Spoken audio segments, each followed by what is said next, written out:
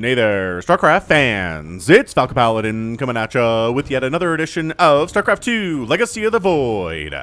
Today, at Summacron's request, it's going to be a Scarlett versus Astrea game here on Blackburn, the latter edition. Bottom right it is Scarlett, bottom left it is Astrea. Two of the best players in North America. Scarlett is Canadian, Astrea here is American. His real name is Max Angel, which is a pretty darn American name. Alright, so PvZ here on Blackburn had an excellent one between Rainer and Showtime a couple of days ago. And if you're interested in PvZs that are long and macro-oriented and have guardians and all sorts of good stuff. Wait, Broodlords and all sorts of good stuff. That is for you. Alright, so blocking the hatch, Scarlett's like, okay, everything is cool. I'll just take my first hatch over there. No big deal. And playing the mineral game. There's a little robot down here in the bottom right. Repairing something. How interesting would it be if different parts of the map just kind of fell off every once in a while? I don't know. It was RNG. Maybe it's a little bit too much RNG for StarCraft. Jun. Alright, nothing too crazy here. Both players do seem to be macroing up at this point. 16, 18, 17 from Scarlett. Extremely standard stuff. On the other end, Astrea going for a 1-gate expand to Rooney. Recognizes it was not a pool first, so you don't have to go for a Cybercore before the expansion. Everything is just fine and dandy here. Probably a Stargate opening from Astrea. Scarlett has... I feel like Zergs have more options against Protoss than Protoss have against Zerg, at least in the early game.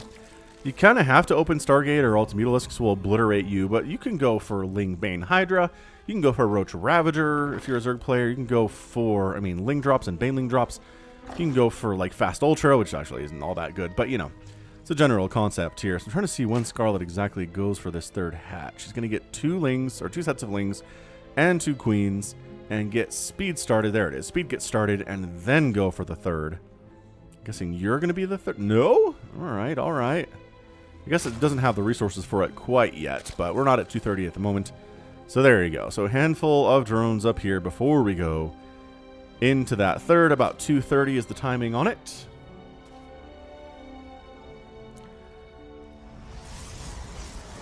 And Astrea's Stargate is about 45% complete. Actually, pulling workers entirely off gas here is Scarlett. I like to leave one on because my lair timing, I like it to be a little bit faster. But Scarlett seems to not be interested in going for a faster lair time whatsoever. I mean, it's going to take her a while. She's going to get up well past 40-something workers before she gets that ready to go. Based on, again, she's not putting anything in this gas, nor taking another gas. Interesting. Oracle on the way. Adept poking around, trying to see the lair time, trying to see the gas saturation. There it is. Gas saturation getting started now.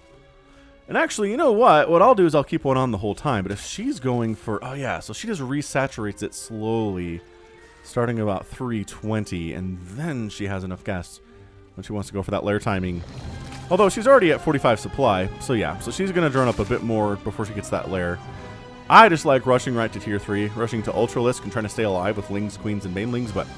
that obviously doesn't always work. We do have an Oracle, though. The Oracle's name is Untitled Goose. After causing a bit of mischief and mayhem on planet Earth, this goose was abducted by the Protoss to examine its peculiar brain activities. That suggested it might be one of the first avian specimens on Earth to develop psychic powers. Unfortunately, the goose is so mischievous that upon being abducted, it managed to break loose, steal several bells, do several elaborate pranks, and steal a Protoss Oracle, which is now somehow piloting to the front lines. I like it a lot. Untitled Goose Game. Good game. So a couple kills there. I'm getting a drone. And a creep tumor. So creep spread is not quite connecting these two bases yet. That's fine. Yeah, lair timing. I mean, Scarlett's way up to 60. 66 total supply. 51 total workers. It still hasn't gone to lair. What is going on here exactly? Roach Warren. Fine. These feel like safety roaches to me. Void Ray cruising out. Third base coming up from Astrea, as you do. And the Stargate falls quiet after going for that Oracle and that Void Ray. So Astrea does not seem to be super interested in going for, you know, a lot of Void Rays, or he'd still be making them, obviously. Lings can't quite get in. There's 2 sentries. 2 sentries can force field off this little gap pretty much infinitely. Technically, you want 3, but 2 is pretty good at handling a small number of Lings. 2 more drones. Oh, okay, so sneaking in. Spore not quite in a position to keep those. Gotta see that. Not quite in position to see protect. Very nice. That Spore. It wasn't done yet. Yeah, see, Scarlett skimped on the Spore at the 3rd base and lost 4 drones for it. Bad play. Also, these Lings are dying to Adepts. Not exactly ideal. And there's your lair. So they're about halfway complete, already at 69 total supply, 53 workers. And a 4th base is coming up from Scarlett around 520. There we are. I'm taking the 2nd gas. Same time, about the same time the lair gets started, maybe a little bit later. Gas, gas, gas, gas, gas, gas, gas. All right, so a lot of gas income now coming in here from Scarlett. Astrea's hasn't taken his 4th or rather 5th, yeah, 5th or 6th gases.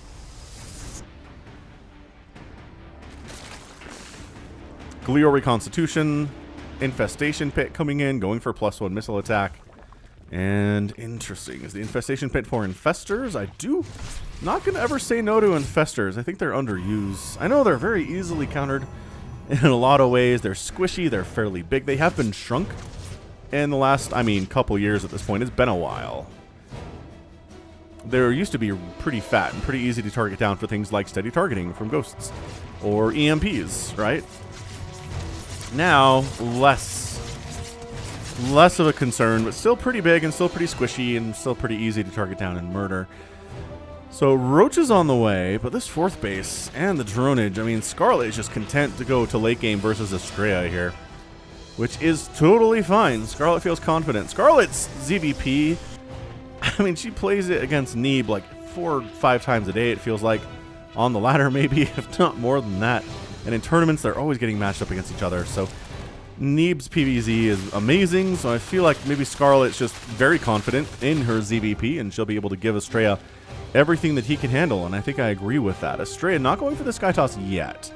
Also, I'm a little bit concerned, what is he going for the big ticket items here? Is he making Colossus or Immortals, possibly? Charge is on the way, but there's no further tech at all. And oh man, these guys probably need to get recalled out of here. This is a lot. Oh, the force fields though. It's a whole bunch of force fields and then the blink forward, and suddenly the Ravager count's been whittled down. Force field, good unit, man. Even if you call down Corrosive Bile. Whoa, Astrea warps in another big section of Stalkers here. Pure Blink Stalker can be really good against both Terran and Zerg. Okay, Queen goes down. Queen's dying is nice. And then you blink out. Corrosive Bile's dodged easily. I don't want to make Corrosive Bile super overpowered, but if they could land like, I don't know, half a second faster than they do, I feel like they'd be a lot better. They kind of suck as it is against anything that moves at all. This is so many friggin' Stalkers. Oh my gosh.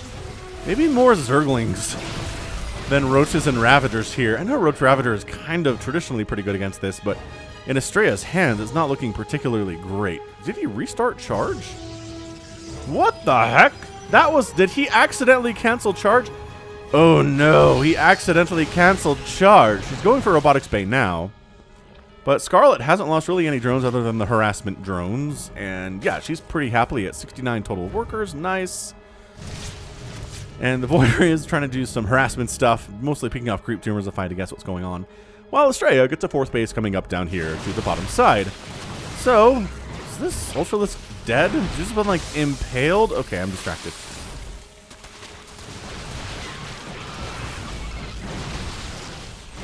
Yeah, it's just, if you're faster than the thing you're fighting, you don't have to engage. Lings have that benefit. Stalkers generally have that benefit, especially against Roaches and Ravagers. Right, fast things can make that choice. Void Rays can make that choice too. And see, he wants to jump on this, but then you just blink out of there. The problem with being able to run away is that sometimes you're not tanky enough to save something from dying. And there we go. The Stalkers could not save that 4th base from getting canceled, and the creep spreads all the way up here too. These tumors are probably going to die. That was an interesting choice from Scarlett to... I guess there's detection anyway, but whatever. Slowing them down. These zealots don't have charge. Astrea would have charge by now, but he canceled it for some reason. I mean, I guess you don't need charge to kill a queen. They're not fast anyway. There we go. Charge is done. But we had to get out of there. The damage is not as much as Astrea wanted it to be. Scarlett's taking the top right 5th base. Astrea is taking that 4th base again. Stalkers are going to try to... Ooh, we're going to try to shuttle up here. Maybe do a big blink up here. Oh, this is interesting. Blink, blink, blink, blink, blink. Big blink. Disruptor shots! Ooh, pretty good split there. Look, got to get the disruptors out. A lot of the army showed up, and then you blink on out of there. That cooldown is pretty fast. Very nicely done. This is a little bit of an atypical ZVP, isn't it? A lot of Blink Stalkers versus a lot of Roach Ravager.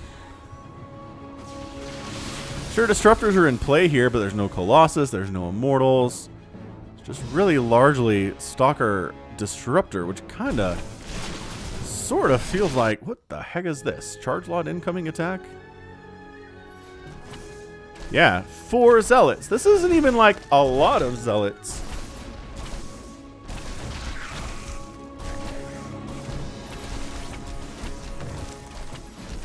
Wow, okay. So good target firing there, and 12 drones go down before they lose that target fire and get killed by the roaches with +2 missile attack. Hydra's coming out. We're going for some lurker play here against Astrea, but the fact that disruptors are already out, I don't know if that's what you want here against them lurkers, but lurker good unit regardless.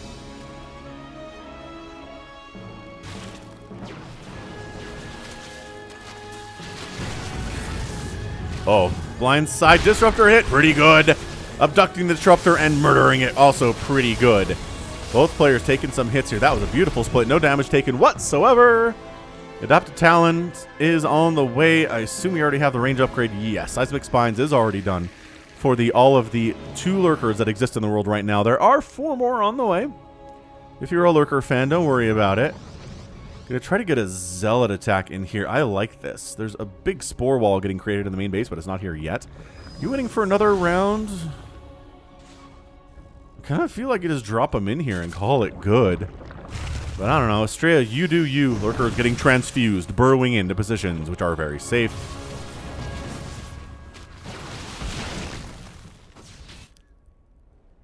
It's kind of interesting. The things that are splash damage but don't hurt disruptor down, that don't hurt friendly units. Always interesting to think of the mechanics there. But anyway, if this base goes down, Astrea just kind of has to tap. I don't know what he's going to do on 3 bases against a 5-basing Scarlett. Oh my gosh, that War Prism died. We waited too long. The Spore Wall was allowed to complete. Shield batteries getting specifically focused down here by the Lurkers. I just don't know. If these Lurkers all focus the Nexus, I kind of feel like it's just dead, but they seem to be a little bit haphazard. There we go. There's the focus, and the Nexus goes down, and Astrea gets knocked down to 2 bases. Not ideal by any stretch of the imagination, and it is 153 to 133 supply. Scarlett throwing up additional Hydras. More Lings getting +3 missile attack here. Astrea is already on +3 attack for his ground units, which is beautiful to behold. Creep spread has been slowed a bit. Scarlett's creep spread is usually amazing, but Astrea is doing a good job taking it away from her. This is very, very nice. +1 air weapons coming in. So maybe he is planning... Yeah, there's the fleet beacon. So he's planning on going for that sky tossy thing. The question is, can he survive long enough? If he loses this base again, and he's really just knocked down to a 3-basing income, it's not going to go well for him. Hydra Lurker trades so well against Stalkers. Insanely well. These guys have a plan, though. They have a plan to get in here to Astrea's 3rd base and cause all of the problems while... Or, you know, sure. Just kind of A-moving into this base. That works, too. Lings do have +3 armor, which is nice. They don't have any attack upgrades at all. So I don't know, man. What? 3 probes go down. This engagement at the front is very strong as well, though. The abducts, nice feedback. Okay, so Lings... Oh, and the Ling Lurker combo does take down that Disruptor, but there's still a few in the army here. Alright, so carriers are on the way. The question is, can Astrea last long enough to get up a nice ball of carriers? 2 carriers does not count. 2 carriers is not by any stretch of the imagination that.